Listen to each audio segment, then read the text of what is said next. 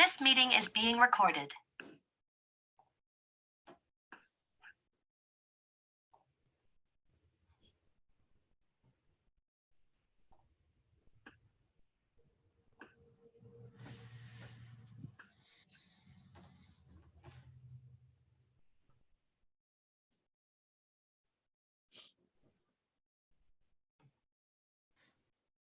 Good morning, everyone, and thank you for joining us again for another session of the Forest Carbon University webinars.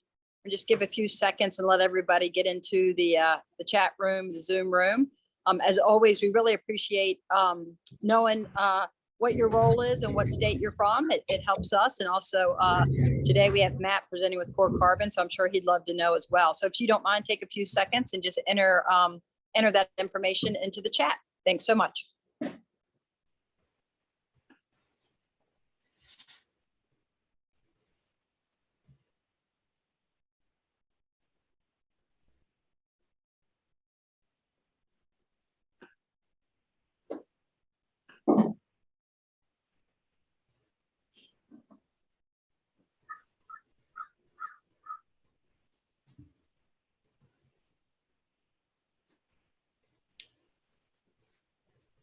Hello, Mike Smolligan. Welcome from Michigan. I don't remember seeing you on before, so we're happy to have someone from Michigan joining us today. Of course, see some old friends from Florida, so thanks. Appreciate you guys being here. So just to recap, I think we're now in our fifth Forest Carbon webinar series.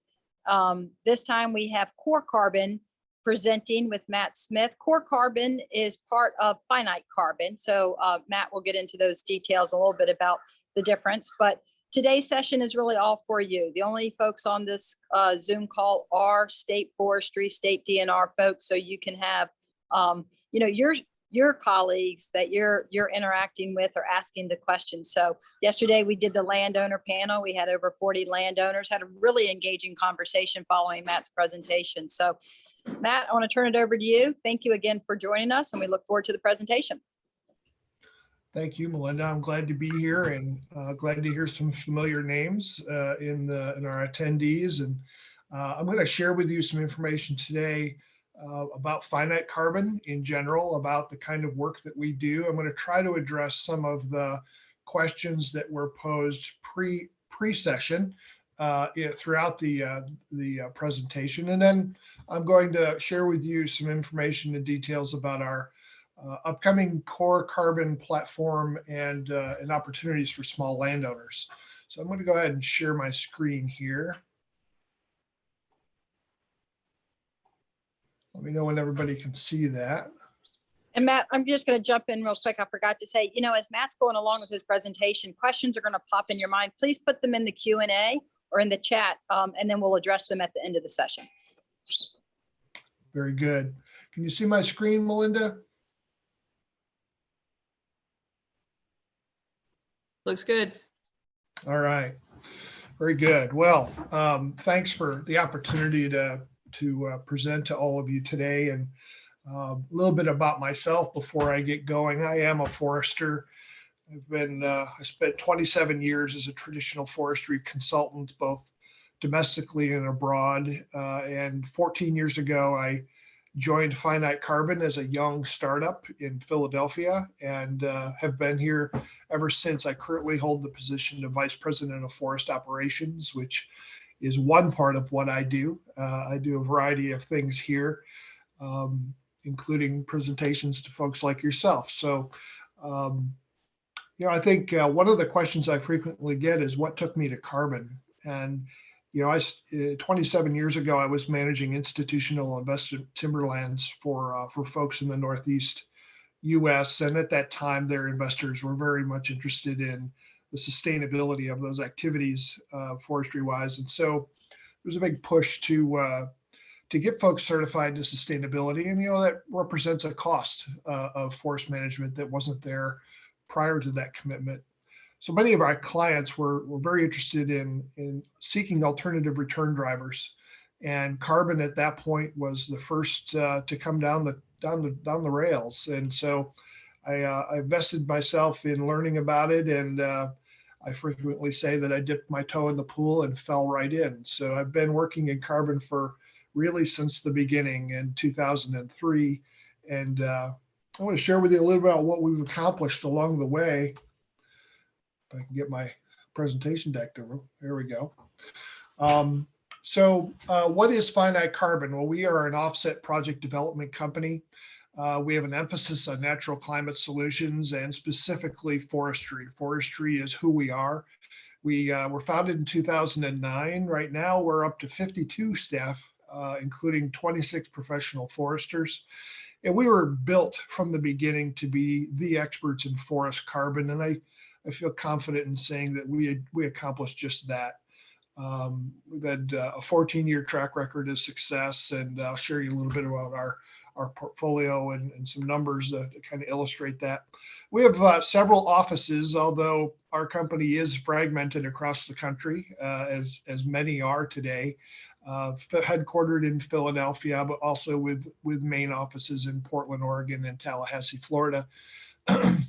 We are a global leader into the development and supply of forest carbon offsets.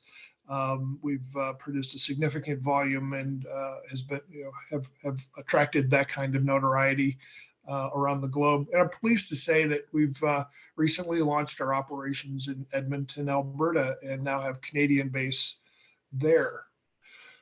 So one of the questions that was posed prior to the session here is, well, okay, Finite, why should anyone pick you? And I think first and foremost, we've been built since the beginning to be able to operate in this space from a forestry and a forest management perspective, and we bring that experience and that flavor to how we operate and how we work with folks. We know what it means to own land in a variety of different demographics, and we're sensitive to those things and look for ways for carbon to fit. We've got a 14-year track record of success, which is since the beginning, and or also hold ourselves to a different bar. We prefer to be recognized as a standard setting or the gold standard of quality in this space, and in a market and in an industry that is largely self-regulated. We frequently take the tougher road and try to produce the most defensible and credible and high quality offsets we can for folks. We're also innovative leaders. We've written a number of methodologies. We've done a number of different project types over the years, both compliance and voluntary. We're also, developers are project partners more than consultants. We bring the specialized expertise to develop the project, the experience in brokering, the experience in navigating the verification process to the table. And we work with landowners and their foresters to achieve project success. Part of that is tearing down some of the financial barriers that have been there for projects to get built. And so we are a project financier and seek our payment on the back end when the project is completed. So in the last reason why you should consider Finite Carbon is that we're a preferred provider to many of the larger consumers in the space, and folks that work with us have access to markets they might not have other access to otherwise. And so we're proud to say that we're that trusted supplier to some very influential folks in the space.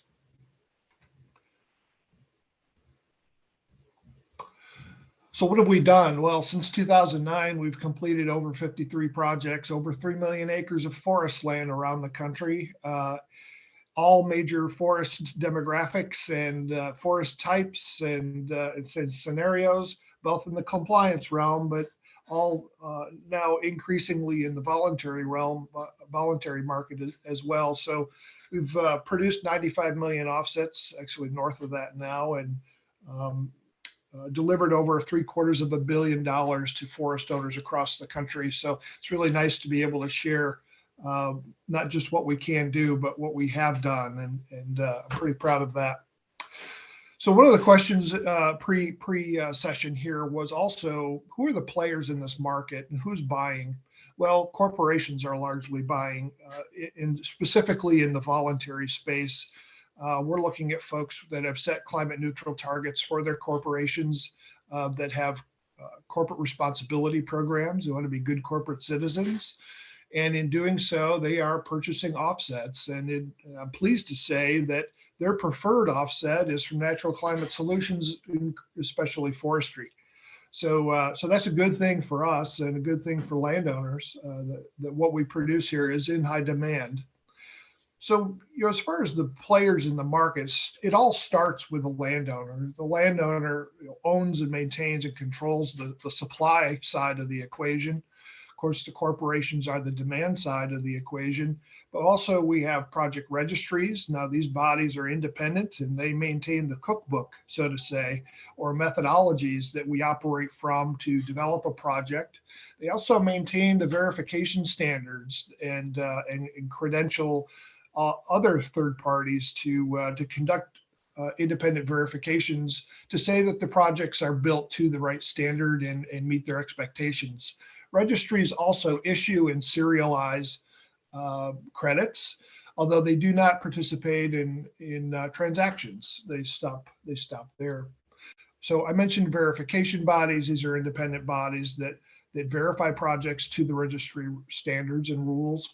Then you have developers that come in and they kind of make all the wheels turn.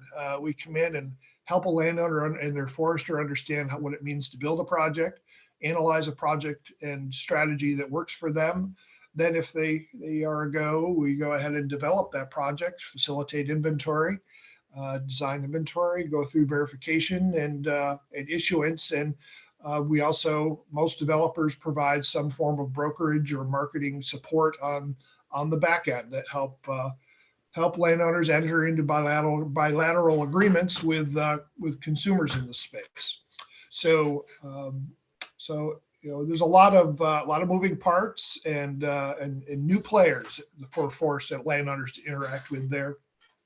So what do these buyers want? Well, they want real, credible offsets. Credible means a lot of things these days. And, I will point again, the voluntary space is largely an unregulated market. We don't have industry standards and we're self-policed. So that creates a lot of variability out there. And I'm sure that a lot of the participants are working hard to keep up with some of these new programs and opportunities for forest owners that are out there today. It's a full-time job. So again, consumers are preferring natural climate solutions, preferably forestry and agriculture, and they love a good story. So the story is important for a number of reasons. First of all, corporations are taking reputational risk in investing in an offset program today, and the credibility and defensibility and quality of that transaction is under the microscope. So a story, meaning co-benefits to a project like areas of biological concern, a rare threatened or endangered species story. Maybe there's a social story, indigenous peoples owning the project or being positively influenced from project activities. All of those kinds of things go into that background and story for a project. That story may not lead to a premium, but it does change the marketability and the speed at which the speed and duration of a contract that may be secured by any given project. So we can talk about that more later. It's really a requirement in this space that you develop an offset project for a landowner to an approved methodology. Methodologies, once written, have to go through a rigorous process of peer review and public comment and screening by the registry before they're willing to put their stamp of approval on that and say, okay, you can develop credible offsets using this cookbook. And that's really important. I will say one of the interesting things that buyers are showing us recently is that they value carbon credits from forestry projects differently. So there's really two ways that carbon's credited to a forestry project. One is they get some kind of credit or value for not emitting the stock that's on the forest today at some level. Those are harvest retention or avoided emission type credits. and they would be slightly less in value than the second way that carbon is credited to an offset project, and that would be growth credits or new removals. So the market started to show us that there can be a 30 or 40% premium on those new removals versus harvest retention activities, and that's something we need to watch carefully in the marketplace. We do develop our voluntary projects under the American Carbon Registry standard, and here's a few bullet points about that. Of course, the golden rule of any carbon project is you have to be harvesting no more than annual growth, or you really don't have offset credits to sell. The program requires natural forest management, but there are no specific harvest restrictions. So they're managing the outcome, not the process. So the full suite of silvicultural options that you would normally use on a forest are valid and open to be used. But the amount of harvest volume that you produce at any given year can't be more than annual growth for that period. So that's an important outcome-based criteria. They do require certification to a sustainability standard if you are actively harvesting. They want to make sure that sustainable practices are being performed. You're going to open yourself up to audits every 5 years on site, and then in between there would be desk audits of the carbon accounting as we report your carbon stock change over the years. And then re-inventory is typically on a 10-year cycle. And it's important to note, one of the reasons there's financial barriers for folks to develop these projects is the long-term maintenance and operation of these things. We're talking about a 40-year contract term. That's a long time in the eyes of a forest owner. And there are costs throughout that period. So we need to make sure we bake that into the analysis on the front end. And that's where folks like us come in and doing free feasibility studies to help folks go in eyes wide open. So what's the bottom line? Well, we have a suite of products we produce. We produce offsets from standalone compliance grade projects. These would be projects either in the state of California or near it, and providing a direct environmental benefit or DEBS value. Those are few and far between these days, and much more of our activity is in the voluntary space, where we produce standalone IFM projects, improved forest management projects under that ACR standard. These are typically properties over 5,000 acres, single owner, and they are our day-to-day activity. You are talking about 40-year contracts. These are highly saleable, highly marketable projects today, and a big part of what we do. We also have the ability to aggregate medium to large landowners together in what we call PDA, or programmatic design approach. These are aggregated projects for landowners where we take small lands and bundle them together into one project. This takes very highly aligned forest owners, like a group of small land trusts that have similar objectives to work. But we do some of those. And then lastly, small landowner programs, which will be the emphasis of the rest of my presentation here today. Under an approved third-party standard that we co-wrote with the American Carbon Registry, we're getting ready to roll out our CORE Carbon program. So small landowners have been largely kept out of the business of producing offsets, and it's because it's too expensive to develop a project to standalone project standards, and only have the productive capacity of small acreage to generate offsets to cover that cost. So there's been some big hurdles to get over. The single largest cost of developing an offset project is the inventory. And so that barrier needed to be torn down or overcome. The second largest cost is verification, and that needed to be overcome. There's a host of other things that needed to be built into a small landowner program, including thoughtful flexibility. And I'm going to share more about what that is. Well, we've leveraged our success since 2009 and invested heavily over the last couple of years into the development of a web-based platform called CORE Carbon. So the CORE platform is a vehicle. It's a vehicle built on technology and an approved methodology that lets a landowner or their forester log on, go to a website, log on, enter some information about their property, They'll be taken to a map of their property and where they verify their tax parcels. They can identify what parts of their property they want to enroll in a carbon project, get quotes at that point for each polygon they draw on their forest for what that's going to contribute in payments to them from carbon for the time horizon. And then when they're ready, review the contract, upload documents, and submit their project and begin getting payments about 6 to 10 months after that. So 6 to 12 months, I'm sorry. So what am I talking about? Well, here's a screenshot of the core interface or a graphic of it, where this landowner is obviously delineating riparian zones or protection zones. And if they are not regulated, they can capitalize on carbon from them. You can see on the right there, as each polygon is drawn, they're getting a real-time quote. So they know the terms and they know the value that they're going to reap from this decision before they sign a contract. And we feel like that's really important.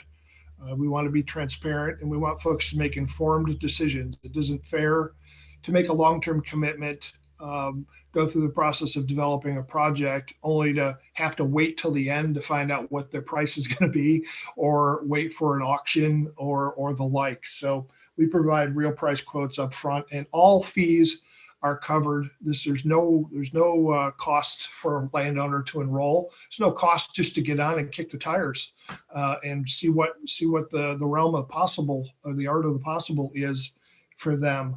So so we're using technology here. On the ground inventory is, again, onerous and too expensive for small landowners in this setting. So we're using technology to do the quantification of carbon. There's a number of different sources for that information, and we have an active process to maintain that information. It also uses ground plots to develop some strata level averaging for each state we're going to operate in.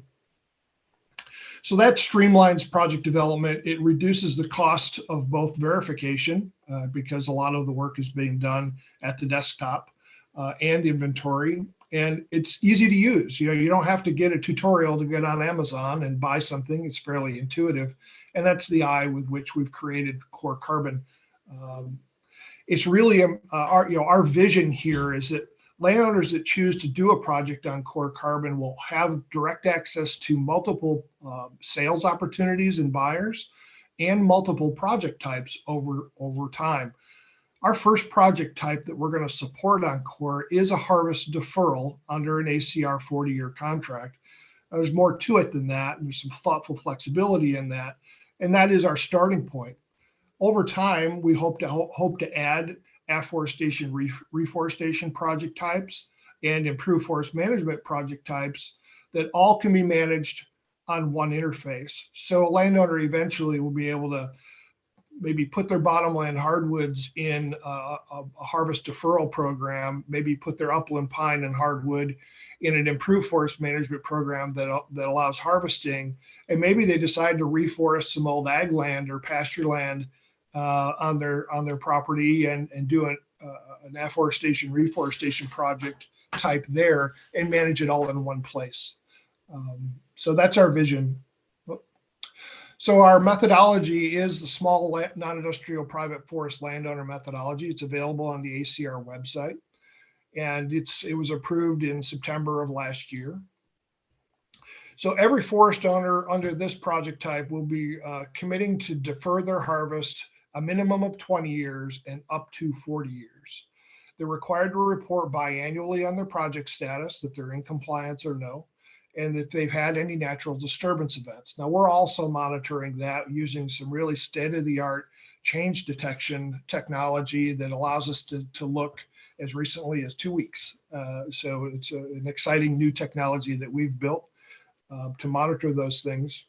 They must also report harvests that occur on their land outside of the project area, and that's to cover leakage. So what we typically do is allow for a forester to go and do a harvest site inspection on those areas to say, yes, it was produced to silvicultural norms and sustainable practices for the region.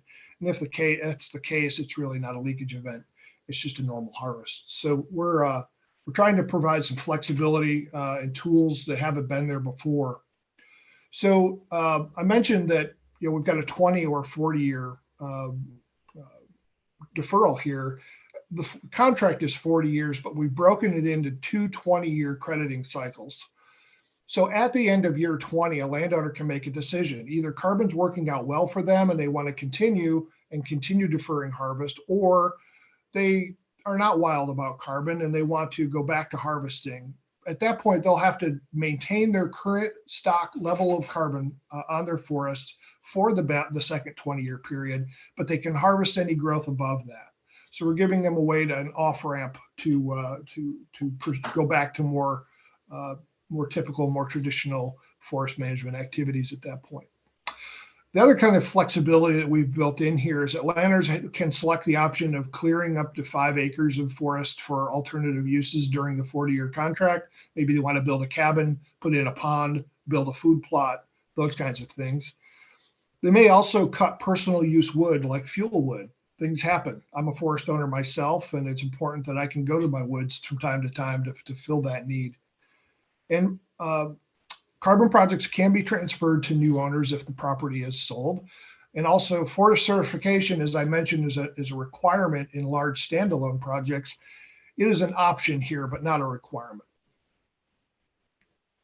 So lastly, what kind of strategies work? Well, we're in a get started mode, and deferred harvest doesn't work at this time scale for everybody. But places where it may work are areas of high conservation value, areas where there's something else to consider in management there that is not regulated, but voluntary. Areas with sensitive aesthetics, riparian zones that aren't regulated, areas of special significance, high conservation value, areas where longer rotations maybe are desirable. Maybe you're in a restorative phase of management for a forest, and I call it the one-word management plan, and that's wait. Maybe that is a place where carbon could cover some costs over time.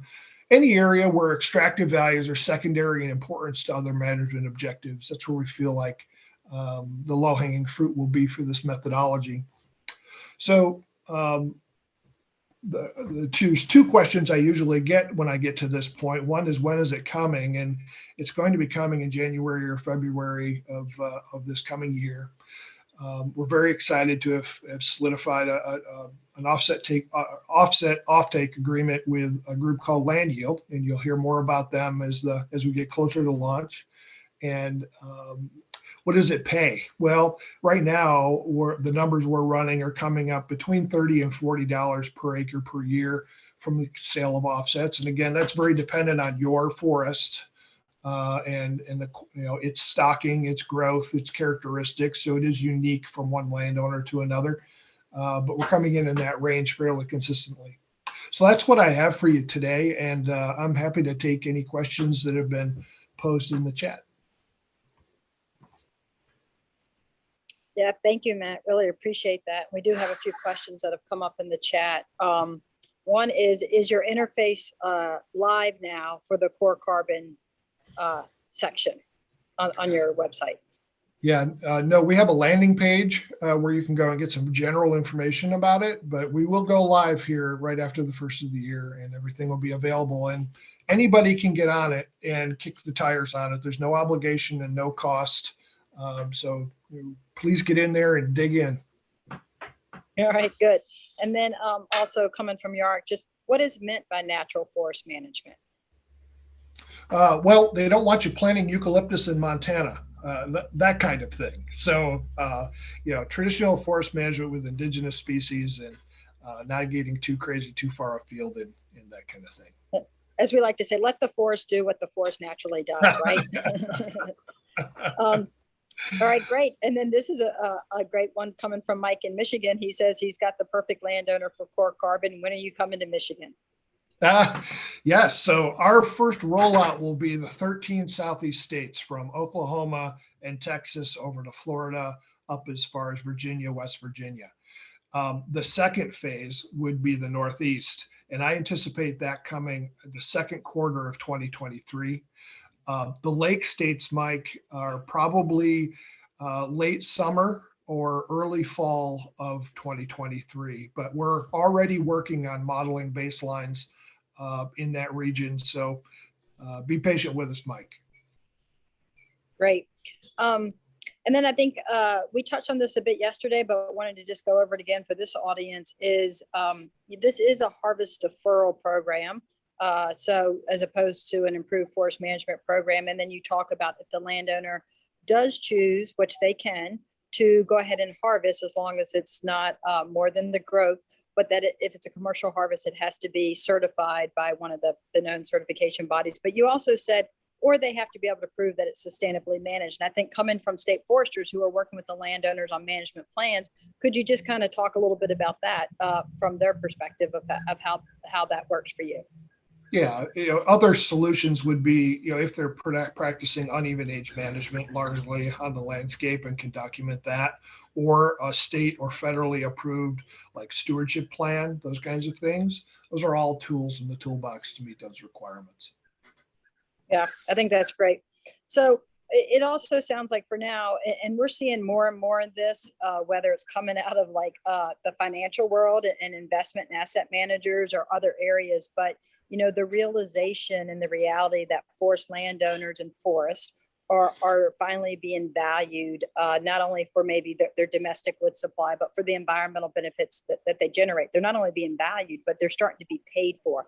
And so it sounds like core carbon, initially you're really looking for those types of forest landscapes or tracts of forest that might fall into priority forest areas. And I know the state forestry commissions have a lot of, they do a lot of work with this on their state forest management plans. What are those higher value or maybe higher risk forest areas? So could you just touch on that a little bit? Like, okay, a forest landowner, if they might have a safe harbor agreement with red-cockaded woodpecker, or they've identified this, that kind of boosts their value of their carbon through this layering or through this additive of other ecological benefits. And maybe even, I don't know if you guys are looking at also the community where that forest exists. So you get a little bit into the societal and social aspect and the economics that they might be helping from having that forest exist in that community.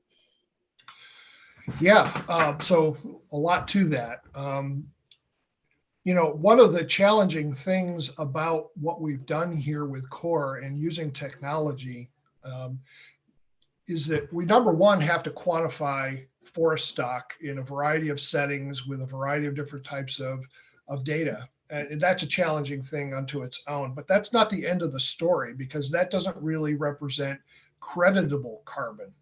Creditable carbon is a net value. It's net of some baseline assumption.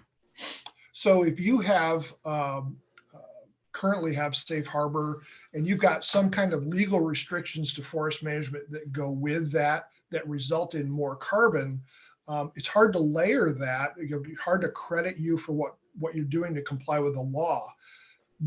But in the absence of those things, landowners making voluntary decisions to start new safe harbor efforts or red-cockaded woodpecker management efforts, or voluntary decisions to exceed minimum buffer widths on riparian management, those kinds of decisions beyond what's required by law, you're starting to add some real value, and those decisions, those actions, can be compensated for through carbon. So we're in the process of, we've completed all of the baseline work for the Southeast. We're nearly completed with the Northeast. And this is really, nobody's ever modeled carbon baselines for all available acres across the country to a standard like there is with the American Carbon Registry. And so this is really unprecedented stuff. And we're so pleased to be able to deliver an alternative, and a financial incentive to maybe be a lighter touch in some areas that need it.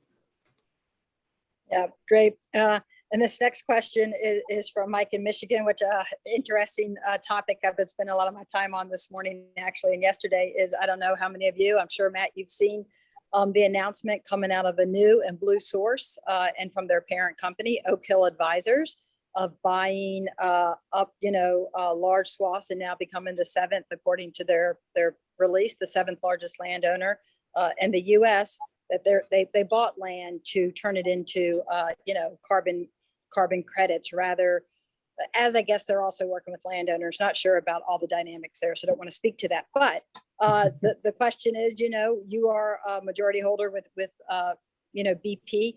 Any plans, or what are your predictions on this type of situation happening again from Finite, or maybe just in general? I'm from Core Carbon. Yeah, Finite Core. I cannot emphasize enough the intensity of interest in investment in this space globally. There's a ton of money chasing this issue and this opportunity, and Blue Source and Anu is following that path and placing money in investments for carbon offset production and timber production. That's just one example. Our company does provide support services for investors that are interested in purchasing land, due diligence services on carbon and that kind of thing. We have, early in our company's life, we did feel like we had to show. We couldn't just tell people what we could do. We had to show them it works. So we did purchase some timber land and produce offset projects and manage some timber and produce some studies as a result of that we use to show clients how this can all come together. Whether or not Finite is going to be purchasing timberland at scale, I'm not sure. We're not now. And we don't want to be in competition with our clients for timberland acquisitions. I think it's an important line that we have drawn and are maintaining currently. All things subject to change beyond my pay grade, but that's where we are today. But we're going to see more of this. We're going to see more investment. There is a ton of money chasing tree planting projects right now, globally. So be prepared and be advised, and look for opportunities for U.S. landowners to capitalize on these things. There's going to be financial resources available from places and at levels there hasn't been before. Yeah, I would just echo that. I think I was really awakened to the investment side of this and investment funds when I attended Climate Week up in New York, and attended specifically the Intercontinental Exchange and the New York Stock Exchange day-long conference on ESG and the focus on carbon and just sustainable forest. One of the things I think we really have our work cut out for us is that this is a new player, a new influence, trying to address climate change in good ways, but their knowledge or understanding of the utilization of forest and how forest utilization has actually helped America be a carbon sink. And we have to be very careful about the value of that standing tree for its ecological benefits, contributing to that, harvesting it, letting those stored carbon continue to serve a purpose, and then replanting it. So, I think we definitely have to be on the lookout. You said that right, as far as a lot of investment. I know, Oak Hill, who is the parent company of Blue Source, I think they have 50 billion in asset, and 18 billion of that is liquid. But I think we also have our work to do to make sure that the right narrative is out there about forest utilization and how it contributes to carbon mitigation and to carbon credits. There are some statistics that were put out in that press release where they said 4.2 million acres of forest cover is lost annually in the U.S. due to industrial logging. And, that's not quite accurate. And that came from Global Forest Watch, which we just have to be careful. And I think it just shows we have an opportunity to help educate and help investment and the finance side of people to really understand the balance. And I think from state forestry commissions, it's important to be aware of all of that as well. So sounds like you have a good grasp on it, and you're agreeing with that too. Absolutely, it's absolutely true. But keep in mind, we are attracting a group, a body of folks from an investment community to natural climate solutions like forestry that really don't understand how the wheels turn, right? But they're learning, and we need to look at that as an opportunity and a challenge. Right, and I think we have to pay attention to who they're learning from. The first ones there usually get the ears, and then they run with it. And so we have to lean in on that, being part of that education to a stakeholder or influence that is a little bit uncomfortable for us. We're not used to going to Wall Street and telling them our story. We're still trying to tell our story to our end users and supply chain. But the Forest Landowners Foundation is really looking into that and leaning in, because we believe it's super important to sustain the landowner. To sustain the forest, you have to sustain the landowner, and at the moment, that's through economic viability with the balance of all the ecological and societal benefits. So, anyway, let's see. I think that we have one other question coming back again in Michigan. I'm trying to work more with land conservancies regarding land protection for water quality. Income from carbon is a nice fit in that puzzle too. Is Finite Marketing Core to conservancies? How about creating markets for water ecosystem services too? Yeah, this is another hot topic, which Matt, have a go at it, and then I can jump in as well. Yeah, well, I guess get ready, because water's the next train down the tracks. That's for certain. How that's going to shape up, I'm not sure. There have been some pilots that, years ago. The Chesapeake Bay Initiative was doing some water quality trading. It's coming. It's coming. So get ready. The land trust issue is a complicated one. And yes, we do work with a number of land trusts. We're working with an aggregated group of land trusts in Appalachia right now. We've done one in Maine with a number of land trusts. The land trust issue gets complicated when there are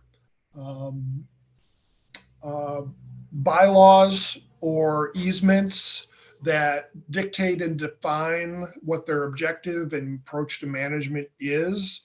We have to bake that into the baseline, and to some degree, and and that can limit, financially limit the opportunity. Again, we've taken the approach. There's opportunities out there on methodologies, depending on how far you want to be taking it, how aggressive you want to be on the baseline. And baseline conservativeness is something very important to us. We don't want to represent something that's non-additional, because of our approach and our belief in developing high quality offsets. So yes, Mike, we're actively interested in working with land trusts. There are some challenges to doing that right, and but we're open and actively engaged with folks in that space on a regular basis. So yeah, very interested. Yeah, and back to the figuring out how to monetize the water benefits that flow through a forest. Keeping Forest, which is an initiative in the southern region, is definitely working on that. You can find out more about their efforts and the studies that they've done on their website. But this monetization of the co-benefits with water and biodiversity, I think, are the two that a lot of these asset managers or these NGOs, big philanthropy money is behind, is how can we quantify that and then monetize it and sell it. You also have a great initiative coming out of Georgia. Many of you are probably aware, but how can we quantify the carbon that is stored once that tree is cut down? And I think that for many of us is a real solution of letting the tree grow, sequester the carbon, but continuing that benefit. And so that really mixes in with forest utilization, domestic wood supply, and all of that. So yeah, I think buckle up. You're going to see a lot of monetization of the tree while it's standing, and hopefully that value of that tree when it's cut and take it into the built environment as well. So exciting times for everybody. Here's another question about your projects are currently 40 years. Are you thinking about beyond that horizon as well? Well, we develop projects to the standards that we have to operate under. We don't often get a chance to, most of the time it's registries or a regulatory body that determines the contract length and term or permanence associated with their projects. So we develop to those standards.